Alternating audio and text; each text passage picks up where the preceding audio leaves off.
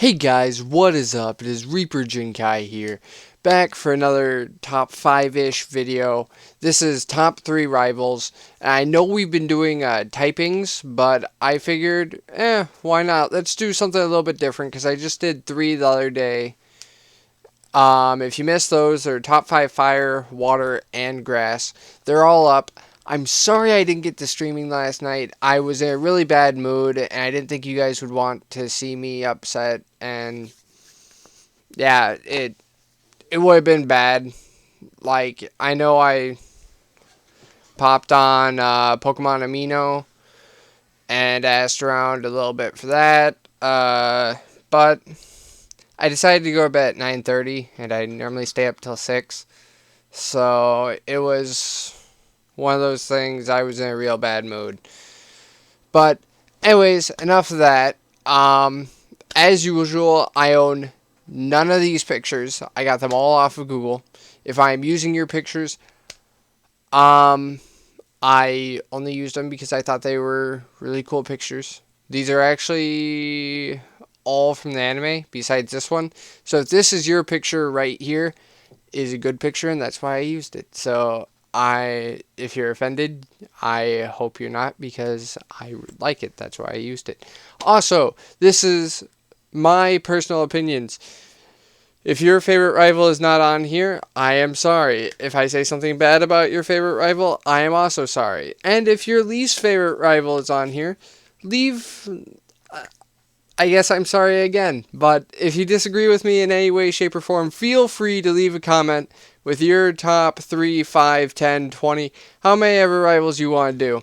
If you want to have every rival he's ever had on your list, be my guest. I will be sure to read it. I will be sure to comment back. But without further ado, let's move on to this top 3. So number 3 is Richie. Now, I don't know if a lot of you guys remember Richie. He was kind of a small part of the Indigo League way back in Kanto. Little bit of spoilers here.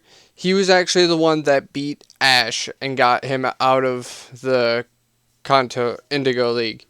Although a lot of people say it wasn't a fair fight because all of his Pokemon were tired, and all he really had to fight him with was Charizard, who Charizard I think would only fight Richie's Charmeleon, who has a badass name, by the way. He named it Zippo. If you don't know what a Zippo is a little lighter that when you, it's those flip lighters that you flip it and the flame doesn't go out. And I'm like, oh, that's amazing. For a kid's show, I love that they had him named Zippo. But Charizard will only fight Charmeleon, and Ash was like, Charizard, you're finally gonna listen to me. And then he realized he just wanted to fight Charmeleon. But, anyways, I also like Richie because, like I said, he actually nicknamed his Pokemon. Like, he had Zippo. His Pikachu was named Sparky, but I think the Sparky was more because if they both yelled out Pikachu, they'd have to explain how the Pikachu knew who they were talking about. He had Cruz, the Pupitar. Then he had like a Tailo later in the series.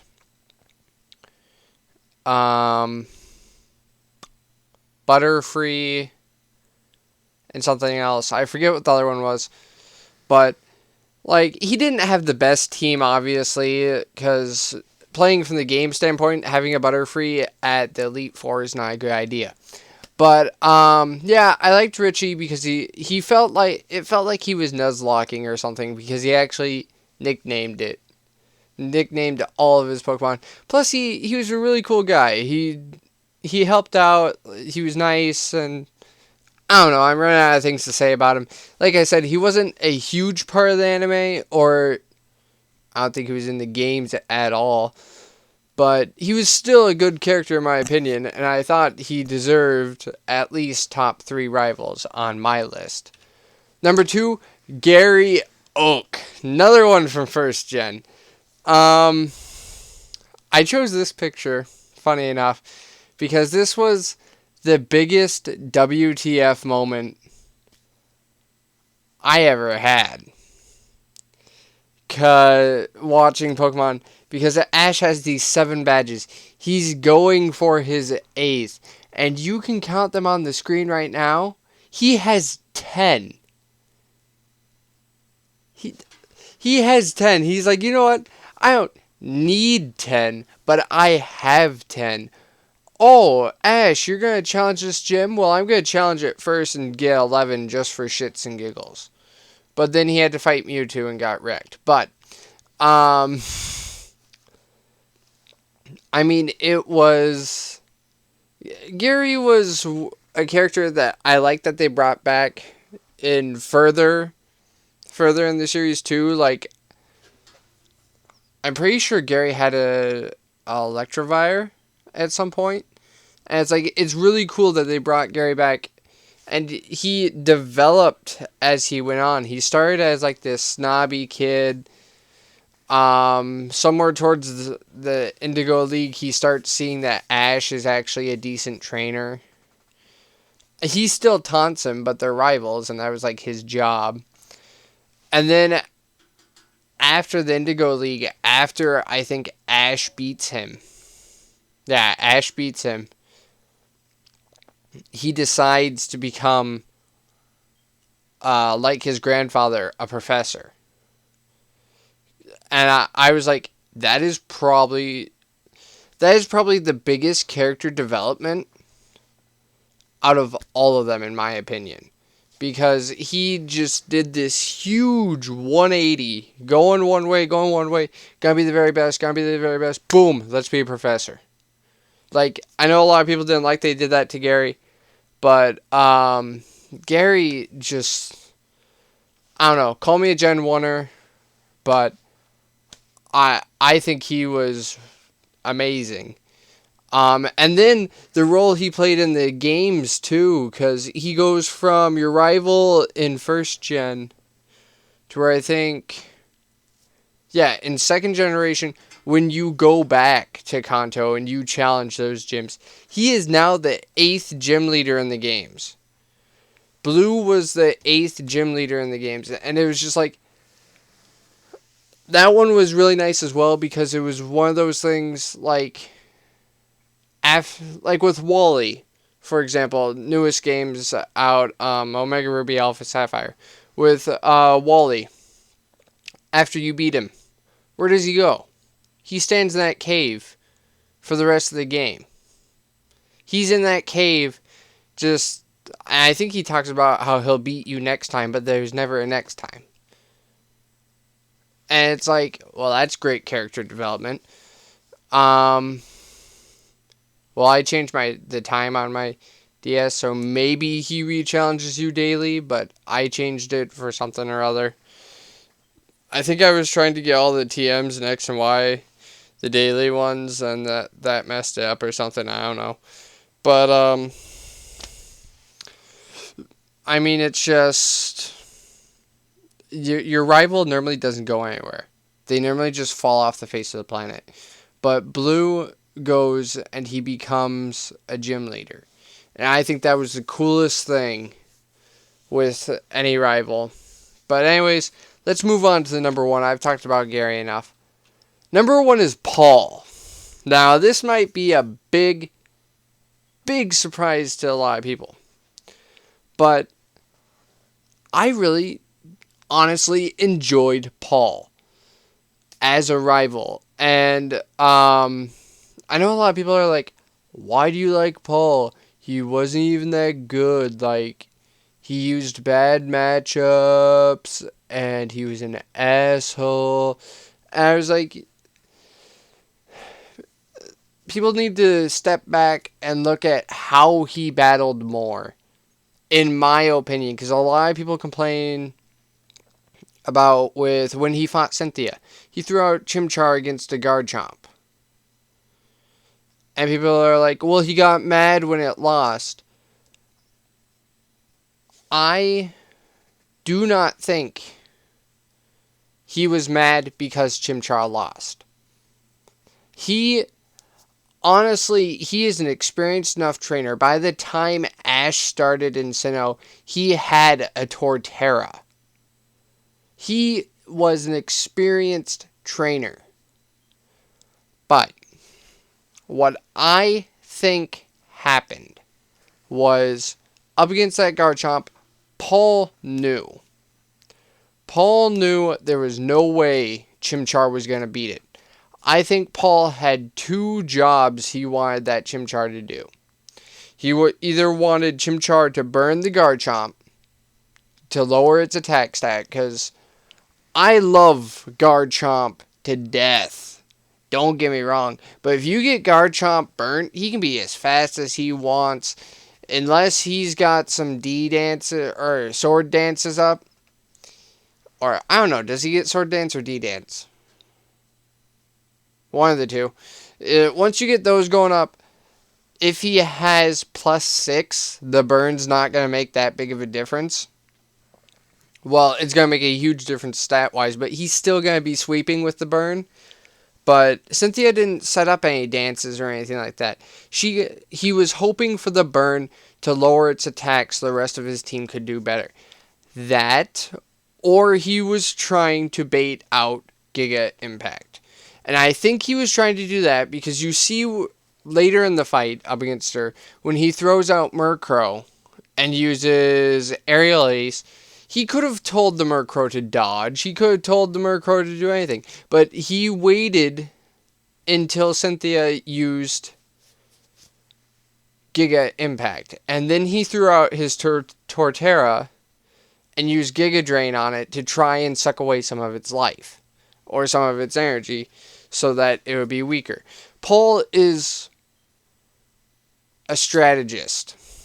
But a lot of people see him as not the ideal strategist because he is willing to sacrifice half of his team to get that upper hand, to get that opening.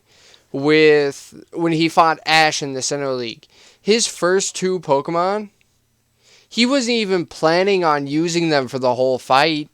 They were just there to bait out Ash's Pokemon, bait out how Ash is going to battle, and then to throw Ash off even more, the counter guard technique that Ash used, where like Pikachu uses Thunderbolt and spins so it blocks incoming attack, he taught his Gastrodon how to do that with Muddy Water, and then would leave an opening on its belly to bait the enemy into going for a low attack, so Gastrodon could body slam it. And honestly, that is why Paul is my favorite rival, because everybody looks at these matchups he does and they're like, he's an idiot. Who would send an Elekid up against a Geodude? Who won that battle? His first gym battle, who won that battle? Elekid not only took out Geodude, to where, let's be honest, the Azumarill he sent out to fight Elekid, or to fight Geodude first, didn't even hit it. The Elekid whooped up on a Geodude, one-shot it with a brick break at full health. And then it took a bunch of damage from Onix. He returned the Onix, sent out Chimchar, returned the Elekid, sent out Chimchar up against an Onix. Something I think, let's see, does Rock resist fire as well? Yes. Yes, it does. So 4 times weak. Also sent it out while there was Stealth Rocks.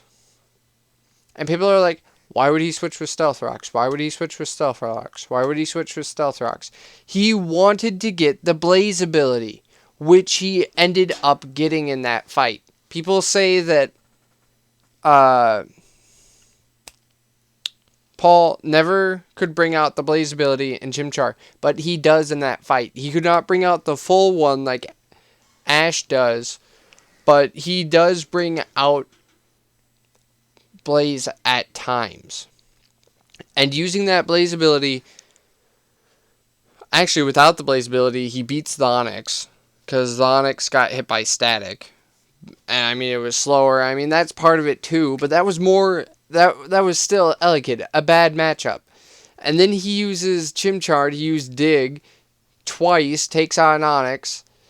And then with the Blaze ability, it hinders Cranidos to where Cranidos loses. I mean, he's not a bad trainer. He's just doesn't use type advantages at all times. And I mean, is that really such a bad thing? The anime does it all the time. Go back to first gen. Ash beat Onix with a Thunderbolt because Onix got wet. Regardless, ground types don't take damage from electricity. They don't at all. That's been something since first gen. And you're getting after Paul for using a Chimchar up against Garchomp. At least the moves he was using did damage. And I mean, like, I know not everybody thinks that way, but on the video, some of the videos I saw were of Paul and some of his battles, and everybody was like, what the hell? Why do you do this? Why do you do that? And like I said earlier, it's not uncommon for Paul to sacrifice half a team just to get at that vantage point. He was 2 behind Ash in the Sinnoh League. But then it came down to Ash's Infernape was at half health when Paul sent out Electivire at full. And those were their last 2 Pokemon. He may have lost the first 2 Pokemon, but the amount of strategy that goes into the battles, I mean, like, I know it's only a show, but Paul really took the battling in the show to the next level. Like, normally it was, Pikachu, use Thunderbolt! And I know Pikachu eventually got Volt Tackle and Iron Tail. Like, I think Pikachu's move set in the show is Iron Tail, Quick Attack, Volt Tackle, and Thunderbolt. Did I say Thunderbolt twice? Thunderbolt, Volt Tackle, Quick Attack, Iron Tail. There we go. I mean, like, Ash uses Pikachu probably up against 85% of the things he goes up against. At some point. I mean, like, statistically speaking, he's going to run into something Pikachu shouldn't be good up against eventually. And I don't know. I feel like I'm just rambling now, but Paul's my favorite because he did take it to the next level. Like, he showed that, you know, just because you have a bad matchup doesn't mean you can't win the fight. Because, for example, Garchomp Ironhead. If your Garchomp's fast enough, I'm pretty sure that Ironhead's going to mess up most fairies. And most people will be like, why did you stay in? What was the point? And I don't know. But I'm going to quit rambling. I'm going to let you guys go. Thank you for watching. I hope you could put up with me rambling about that for that long. I feel like this is probably the shortest top 3, 5, 10, whatever I've ever done. And I feel like it's longer than the 3 I put up yesterday. But anyways, thank you for watching. I hope to see you guys next time. Have a good day, and peace.